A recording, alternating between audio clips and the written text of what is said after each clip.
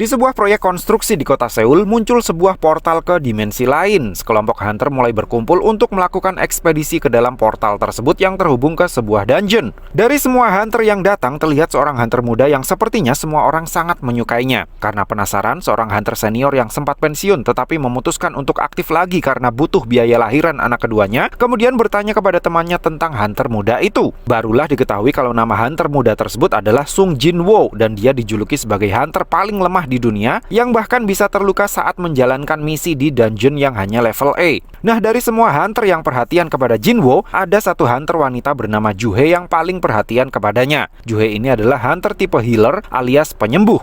Oleh karena semua hunter yang diundang sudah datang, ekspedisi penjelajahan dungeon pun siap untuk dijalankan. Seorang hunter yang bernama Song Chi-yul diputuskan menjadi pemimpin kelompok karena dialah hunter dengan level paling tinggi di antara mereka. Dungeon yang Jin-woo masuki ternyata adalah dungeon level D. Para petugas asosiasi jelas khawatir dengan nasib Jin-woo yang merupakan hunter paling lemah di level A. Dan benar saja, belum apa-apa Jin-woo sudah terluka dan butuh disembuhkan oleh Ju-hee. Sementara hunter yang lain terlihat bisa bertarung dengan biasa saja, membabat habis setiap monster yang datang menyerang mereka dengan menggunakan senjata dan teknik sihir yang mereka kuasai. Pertarungan di dalam dungeon pun akhirnya dapat diselesaikan dengan mudah. Para hunter bisa mendapatkan inti sihir dari setiap monster yang berhasil mereka kalahkan, yang kalau dijual harganya bervariasi tergantung dari level monsternya. Bahkan inti sihir dari monster level C saja harganya bisa mencapai ribuan won. Namun karena Jin-woo hanya hunter level E, mustahil baginya bisa mendapatkan inti sihir level C. Padahal dia sedang butuh banyak uang untuk biaya adiknya masuk universitas dan biaya pengobatan ibunya. Makanya ketika seorang hunter menemukan kalau dungeon yang mereka masuki adalah dungeon ganda, Jin-woo tanpa pikir panjang memutuskan setuju untuk ikut melakukan penyerbuan lagi ke lorong yang satunya.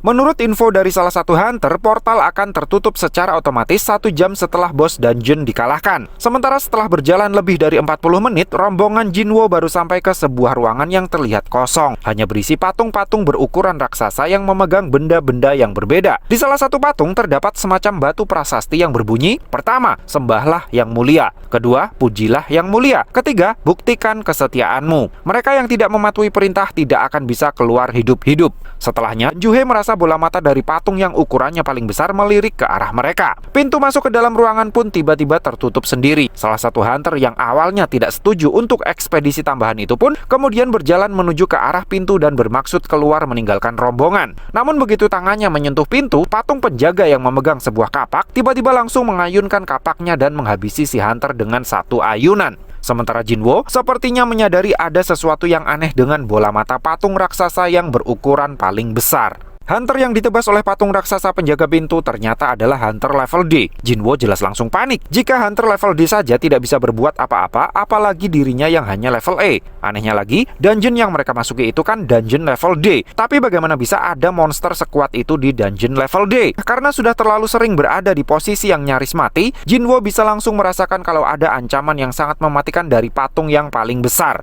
Tembakan laser yang sangat kuat tiba-tiba meluncur dari kedua bola mata si patung raksasa. Namun berkat Jin-woo, sebagian besar hunter bisa menghindari serangan kejutan tersebut. Kemudian dari kejadian itu, akhirnya diketahui kalau Ju-hee sebenarnya adalah healer level B. Tetapi karena rasa takutnya yang sangat tinggi, dia hanya berani ikut misi di level D. Di sisi lain, tangan kiri Pak Song ternyata putus terkena laser yang tadi. Pak Song yakin dungeon yang mereka masuki pasti bukan level D. Karena dalam misi level B yang pernah dia ikuti saja, tidak ada monster sekuat itu. Pak Song menduga monster yang sedang mereka hadapi itu adalah monster level S. Portal ke dimensi lain pertama kali muncul 10 tahun yang lalu. Bersamaan dengan itu, sejumlah orang mengalami awakening yang membuat kekuatan mereka lebih besar dari manusia normal. Merekalah yang kemudian disebut sebagai hunter, karena kekuatan yang mereka peroleh kemudian mereka gunakan untuk memburu monster. Nah, dalam kondisi penuh keputusasaan, para hunter yang terjebak di dalam kuil hanya bisa diam di tempat karena mereka pikir jika mereka bergerak, patung raksasa akan langsung menembakkan lasernya. Namun salah satu hunter yang sangat pede dengan kecepatannya memutuskan untuk langsung meluncur ke arah pintu guna melarikan diri. Apes, dia langsung wallahu a'lam terkena laser sang patung raksasa.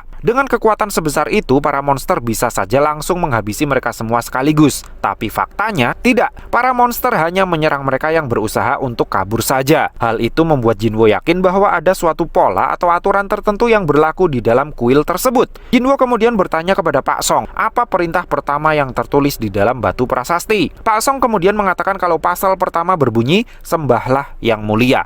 Jinwo akhirnya berhasil memahami maksud dari pasal pertama yang tertulis di dalam batu prasasti. Menurutnya, si patung raksasa hanya akan menyerang jika ada orang yang berdiri sampai batas tinggi tertentu, sehingga Jinwo mengajak mereka semua untuk bersujud di depan patung yang paling besar. Dan benar, kedua bola mata si patung raksasa tidak lagi menyala setelah mereka semua bersujud kepadanya. Tapi anehnya, begitu semuanya sudah menunduk, ekspresi wajah si patung raksasa langsung menyeringai sangat menyeramkan. Tembakan laser dari matanya memang sudah berhenti, tapi si patung yang mulia tiba-tiba juga ikut berdiri dan mulai meninggalkan singgasananya. Semua orang jelas langsung shock dan bingung, apalagi yang harus mereka lakukan, karena rasanya mustahil jika mereka harus mengalahkan monster tersebut dengan cara bertarung. Jinwo kemudian bertanya lagi kepada Pak Song, apa bunyi pasal yang kedua. Pak Song bilang pasal yang kedua bunyinya pujilah yang mulia. Lalu salah seorang hunter yang biasa bernyanyi di gereja mencoba menyanyikan lagu-lagu pujian untuk yang mulia. Siapa sangka yang mulia justru langsung menginjak hunter tersebut hingga tewas seketika. Melihat rekannya diinjak mati, seketika para hunter langsung lari berhamburan. Namun siapa sangka yang mengancam nyawa mereka tidak hanya patung yang mulia saja. Patung ksatria yang parkir di pinggiran ruangan pun siap ikut mendeportasi para hunter ke akhirat juga. Jika patung para ksatria yang memegang senjata akan bergerak menyerang siapapun yang mendekat, bagaimana dengan patung para pemusik? Dari situlah Jinwo akhirnya mengambil kesimpulan kalau tempat yang aman untuk berlindung adalah dengan berada di bawah patung para pemusik. Semua hunter yang masih hidup kemudian berlari menuju patung para pemusik untuk berlindung. Namun anehnya, saat Jinwo dan Juhe berada di bawah patung drummer, patung tersebut tidak mau memukul drumnya. Jinwo kemudian berpikir, patung tersebut pasti hanya mau memukul drumnya jika hanya ada satu orang saja yang berteduh di bawahnya. Jinwo lalu menyuruh Juhe untuk diam di tempat, sementara dirinya pergi mencari patung pemusik yang lain. Celakanya, patung yang dia tuju ternyata bukan memegang alat musik, melainkan memegang perisai. Gara-gara serangan dari patung inilah, Jinwo harus kehilangan satu kakinya sebelum berhasil berlindung di bawah patung seorang diva. Setelah 6 dari 15 hunter masih bertahan hidup dengan berlindung di bawah patung pemusik, selanjutnya si patung yang mulia memunculkan sebuah altar di tengah ruangan. Jinwo yakin altar tersebut adalah altar pengorbanan karena pasal ketiga dari prasasti itu berbunyi, buktikan kesetiaanmu. Mendengar penjelasan dari Jinwo, Pak Kim langsung mengeluarkan pedangnya dan mengarahkannya kepada Pak Song. Menurutnya, sebagai pemimpin tim, Pak Song layak untuk dijadikan korban guna mempertanggungjawabkan keputusannya yang membuat nyawa anggota timnya melayang. Pak Song kemudian berjalan menuju altar dan siap untuk menjadi korban. Begitu dirinya masuk ke dalam lingkaran altar, tiba-tiba satu obor api yang mengelilingi altar menyala. Karena hanya satu obor yang menyala, Jinwo merasa ada yang ganjil. Setelah dia dan dua orang yang mengantarkannya masuk ke dalam lingkaran altar, 3 obor menyala lagi. Jinwo pikir ujian terakhir baru akan dimulai setelah semuanya masuk ke dalam lingkaran. Begitu semua sudah masuk ke dalam lingkaran altar, pintu ruangan tiba-tiba terbuka. Di waktu yang sama, semua patung ksatria bergerak menuju ke altar. Melihat patung-patung ksatria bergerak serentak menuju ke altar, Jinwo bilang kepada Juhe agar dia tidak menutup kedua matanya. Dia harus tetap menatap patung-patung itu karena jika dia menutup matanya, patung-patung tersebut akan berjalan mendekat. Tapi meski Jinwo sudah berkata begitu, seorang hunter wanita tiba-tiba memutuskan untuk berlari menuju pintu keluar. Anehnya, dia berhasil melewati pintu keluar tanpa diserang sama sekali. Dan setelah dia melewati pintu, satu obor api merah padam dan pintu terlihat sedikit menutup. Jinwo yakin obor api merah menunjukkan jumlah hunter yang ada di dekat altar. Obor api biru adalah waktu hitung mundur, dan pintu yang terbuka pasti hanyalah sebuah jebakan, karena setiap satu hunter keluar, pintunya mulai menutup kembali. Jinwo percaya mereka harus tetap berada di dalam lingkaran sampai semua obor api biru mati, barulah mereka semua bisa keluar dengan selamat. Meski begitu, satu hunter lagi memutuskan untuk keluar ruangan, membuat satu obor merah mati, dan daun pintu semakin menutup. Tak lama setelah itu, Pak Kim juga memutuskan untuk keluar ruangan, meninggalkan Mas Jinwo, Mbak Juhe, dan Pak Song. Pak Song percaya selama masih ada yang tinggal di dekat altar, pintunya tidak akan menutup sepenuhnya, sehingga Pak Song menyuruh Juhe membawa Jinwo keluar, meninggalkan dirinya sendirian di tengah altar. Namun Juhe, yang sudah kehabisan mana alias energi sihir, tidak bisa menggerakkan kedua kakinya. Hingga pada akhirnya Jinwo memutuskan untuk menjadi orang terakhir yang tinggal di dekat altar, sementara Pak Song dia minta untuk membawa Juhe keluar. Pak Song kemudian memukul tengkuknya hingga pingsan, kemudian menggendongnya keluar ruangan. Jinwo yang sudah ditinggal sendirian di tengah altar, kemudian mengambil pedangnya Pak Kim dan berniat untuk mati dengan perlawanan. Dan eksekusi pun dimulai. Jinwo terkapar di tengah meja altar dengan kondisi yang sangat mengenaskan. Sesaat sebelum dia kehilangan kesadarannya, obor api berwarna biru yang terakhir padam. Lalu dalam sakaratul mautnya, Jinwo mendengar seseorang berkata kalau dia sudah berhasil menyelesaikan semua misi rahasia. Sebagai hadiah dari misi tersebut, Jinwo berkesempatan untuk menjadi seorang player. Jika Jinwo tidak bersedia, maka jantungnya akan langsung berhenti setelah 0,02 detik.